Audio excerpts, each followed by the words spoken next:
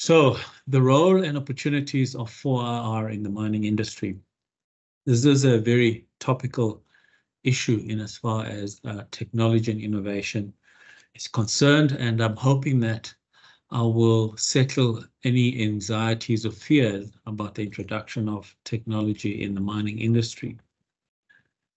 In the first instance, what we're quite excited about at the Minerals Council is that together with PwC, every 2 years, we publish a report on the impact of 4IR in the mining industry.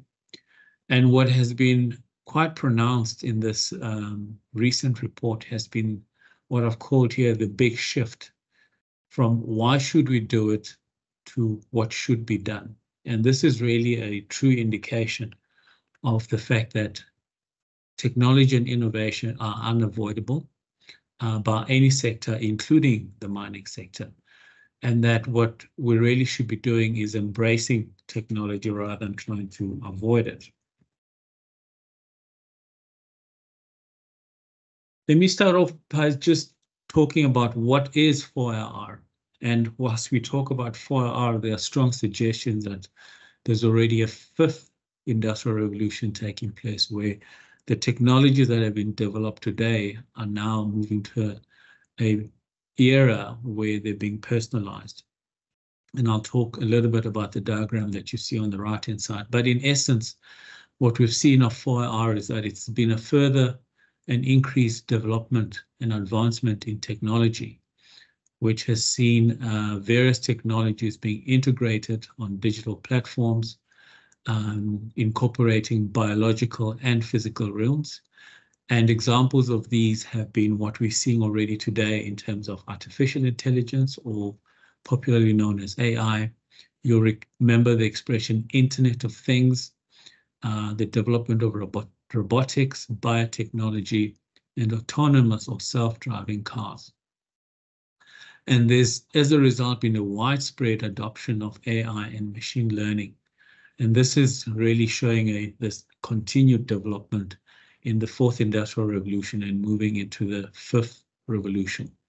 And the growth of IoT rather, and smart technologies has been quite significant in the past couple of years, as we've seen this concept of the electrification of everything growing. And this has allowed for connected devices facilitating the growth of smart homes, as well as on top of that, smart cities, and we'll be having smart countries eventually.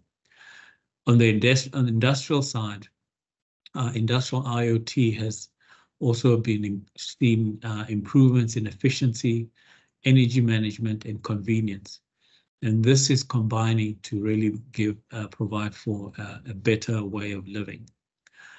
But the development of 4IR has not only been confined to industry, but also to looking at stewardship. If you look at technologies that have developed in sustainability and green technologies, and innovations in energy storage, smart grids, various renewable energy sources have been developed as a result. And the diagram on the right-hand side is really showing you how these industrial revolutions have evolved from the first industrial revolution dating back to about 1780 when mechanization was involved. And this moved on to the second one when we saw electrification, which then enabled mass production using electrical energy and assembly lines. And then the third industrial revolution, where we began to see the introduction of automation of production and various other industries. And then now with the fourth industrial revolution, what is referred to as the cyber-physical systems on connected devices that I described earlier. I also mentioned in the beginning this fifth industrial revolution, which is talking to personalization. And this is making reference to the independence of man and machine using cognitive computing and human intelligence. And what we are likely to see here is mass customization. And a lot of this information you can find over the internet.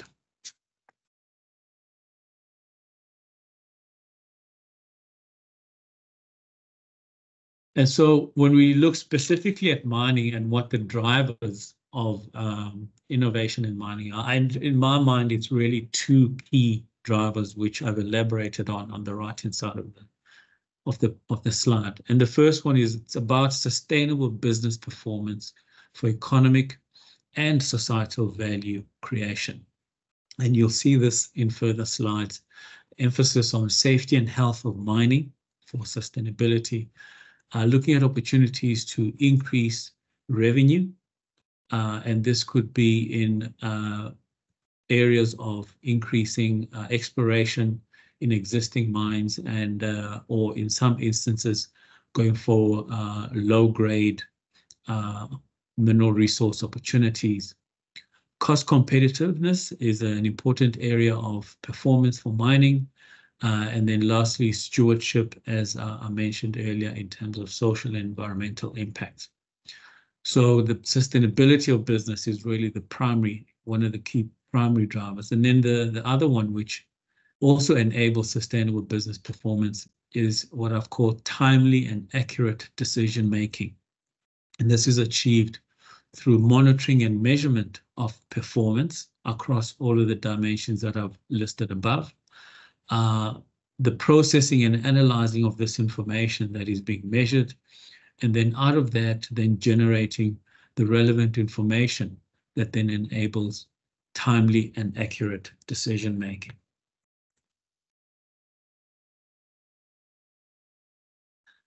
Just some findings that I'll be sharing with you from the report that I mentioned earlier on.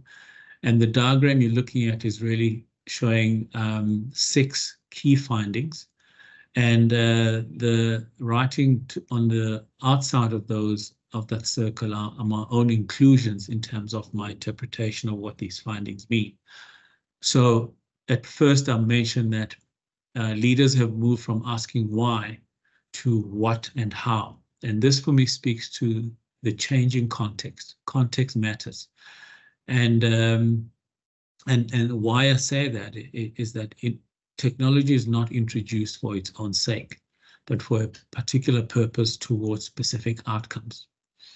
The second finding from the report is that the leadership drive is critical to the success of introduction of technology and change in general. And so this is an area which is strategic and therefore must be driven from the top, and it must be driven by the CEO with the support of the board, and the CEO being supported as well by his executive team or her executive team to achieve the kind of transformation that is expected and that can be achieved in the introduction of these technologies. And this relates to the third bubble in terms of integration. Typically, 4IR, given its nature, is a very transformative change process, where it is, in the case of existing businesses, it will be changing the structure in terms of the business model, but also it's transformative in terms of introduction of new businesses. Given the scale of the impact that the introduction of technology will have, it is also approached in collaboration with other partners. There are very specialized and specific skills that are required. And so resources from different contributors to the introduction of this technology is important when it comes to collaboration. And then the next point talks about being a people-centered change. It is a people-centered change. And therefore, the management of this change by leadership is critical. And I'll elaborate on that a little bit later around the people-centeredness. And then lastly, it is a whole society approach. And what I mean by that is that it's not only looking at the economic benefits of introduction of 4IR, but also, as we popularly refer to, environment, social, and governance. So the combination of economic as well as the stewardship from environment and social impacts, and the governance in terms of leadership is looking at how business, through the introduction of these technologies,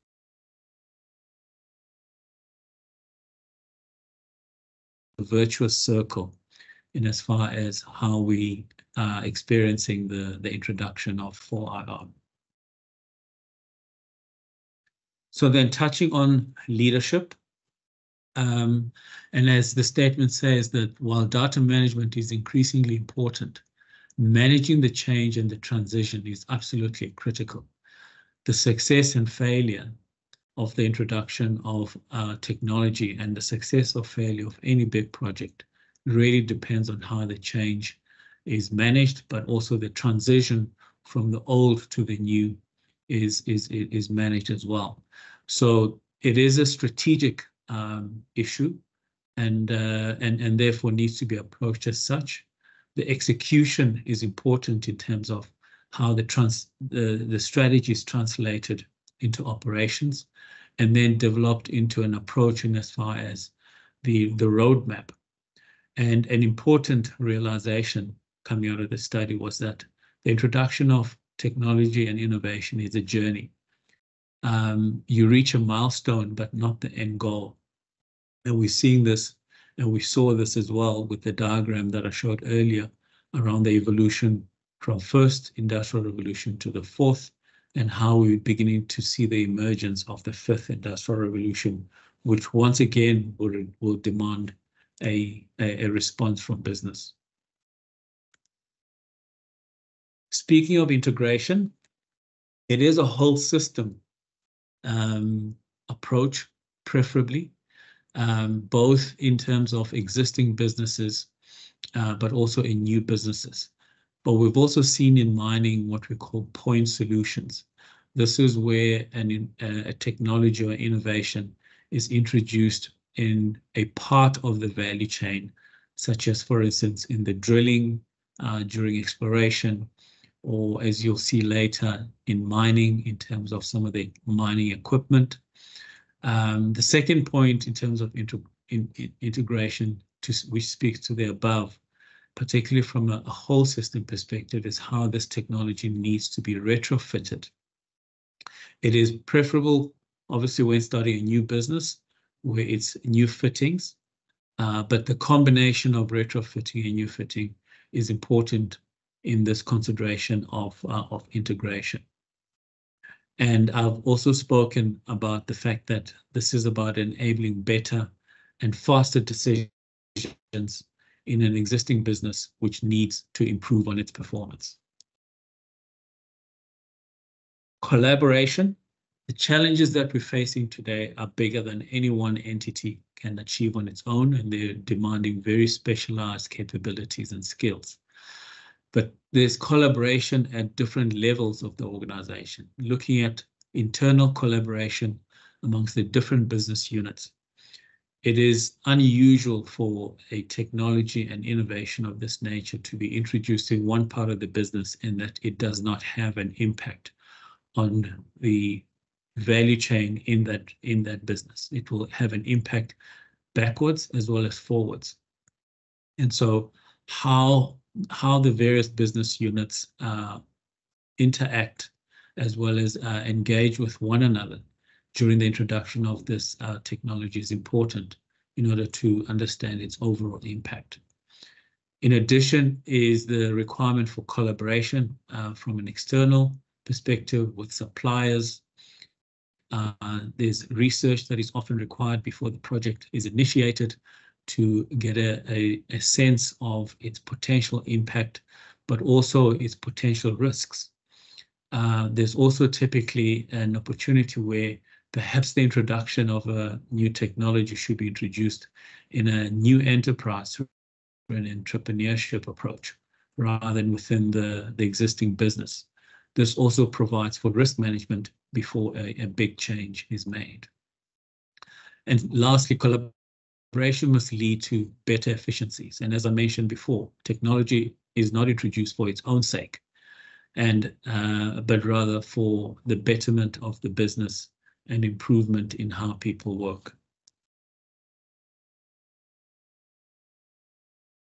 I did make the point around people-centeredness. One of my favorite quotes from MIT was that technology is about enhancing the human capability. And this I can speak from a personal experience in terms of what I've experienced and observed in mining companies today. It has not been about replacing people.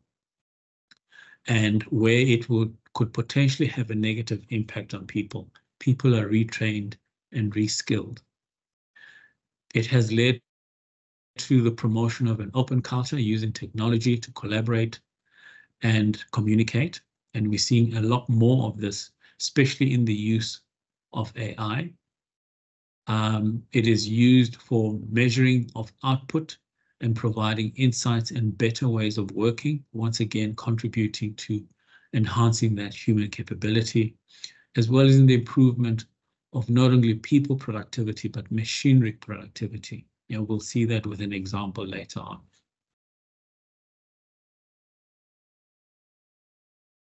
And then I did speak about 4IR to unlock economic and ESG performance improvements in terms of a whole society benefit.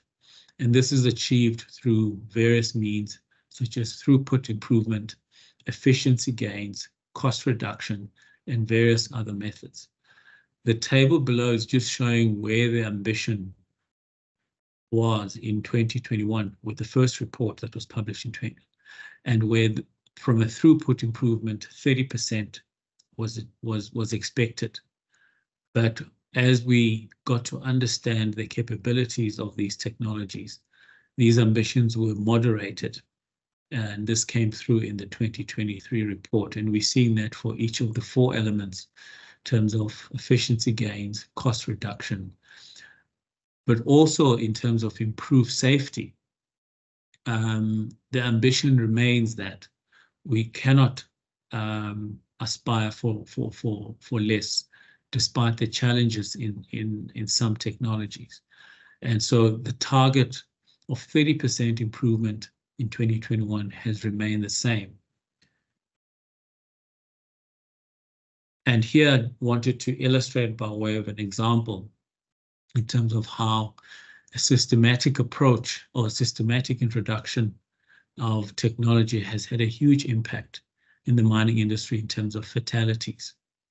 And this graph is showing from the 90s to as recent as 2023, how fatalities have been reduced from more than 600 per year in that year to less than 60 in 2023. And in fact, we reached a low of 49 in 2022. And in 2023, we were at 55. And this was as a result of, over these years, introducing technologies such as recently collision prevention systems. Whilst nets with bolts are common in tunnels, these are now being introduced in the stopes, given that our mining industries predominantly profiled through deep level underground gold and platinum mines, a technology to locate miners underground, and then a simple technology such as illuminating of workplaces. And this is an important issue for me, where mines previously used to be dark holes for the extraction of minerals without consideration for safety and health of employees. But through systematic introduction of technology, this has contributed to significantly reducing fatalities, and we continue to aim for thriving employment environment in our mines. Just some examples then of how this 4IR is impacting on mining. You may have seen, I think it was in last year, the introduction of the hydrogen haul truck by one of our members, Anglo American Platinum. This is a hydrogen fuel cell based truck that provides half of the power through hydrogen, and the other half is provided through a battery pack. The control software is advanced, and it did need for safety management of power and energy between the fuel cells, batteries, and the vehicle drivetrain. So accompanying the developments in technology has been some degree of complexity, but this has not been anything that could not be overcome. Some of the notable performance attributes include a shift in energy source from using fossil fuels such as diesel to a renewable energy such as hydrogen and battery packs, and as a result, reducing carbon emissions. Production levels have remained the same, and this is a positive in that the introduction of this new technology has not had a negative effect. We've spoken about the intelligent technology, which has overcome the complexity that comes with this new form of truck. And then people factor in terms of people being upskilled to be able to drive this new type of truck. Another example, Exxaro Resources in the coal mining industry, who adopted a digital twin for the construction of a processing plant, where a virtual replica of the processing plant encompassed the whole plant in a digital platform before it was constructed. And the benefit of this approach was that it lowered the risk of a very high capex project.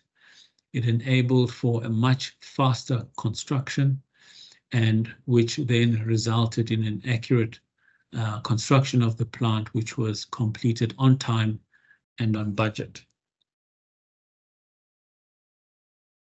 Another example is predictive maintenance, and this is about continuous data collection on the equipment as it's performing using sensors.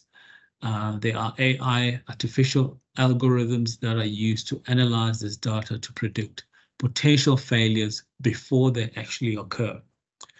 And some of the notable performance attributes include a reduction in downtime, and this was seen with Komatsu, who reduced unplanned downtime by 50%. Safety improvements. Sandvik addressed 80% of their potential equipment failures before they happened, and thus preventing severe accidents from happening. And then cost reduction, where Vale observed a $40 million savings in annual maintenance costs. And so in conclusion, I just want to end by saying that what we're seeing, and I think we'll continue to see, is how technology and innovation development drives and enables economic growth, human development, and social progress.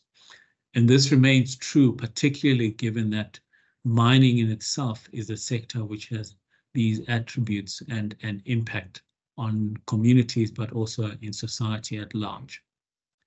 The second point to conclude on is the importance of leadership.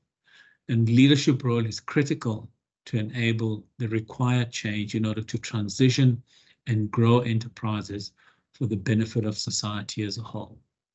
However, the key attributes required to be able to achieve this, in my view, are leaders that are visionary, and that by I mean seeing the opportunities to take and identifying the challenges to overcome. Leaders need to take bold action, the courage to take difficult decisions and act on them, and sometimes doing that alone. And most importantly, selflessness. This is about taking others along. Introduction of technology is a time of change, and therefore taking others along and acting for the benefit of the whole, not only the organization, but also community, rather than the organization alone is quite important. This is more than just about the self and more about the whole. Thank you very much, ladies and gentlemen, for listening. And I hope that you have a good conference going further.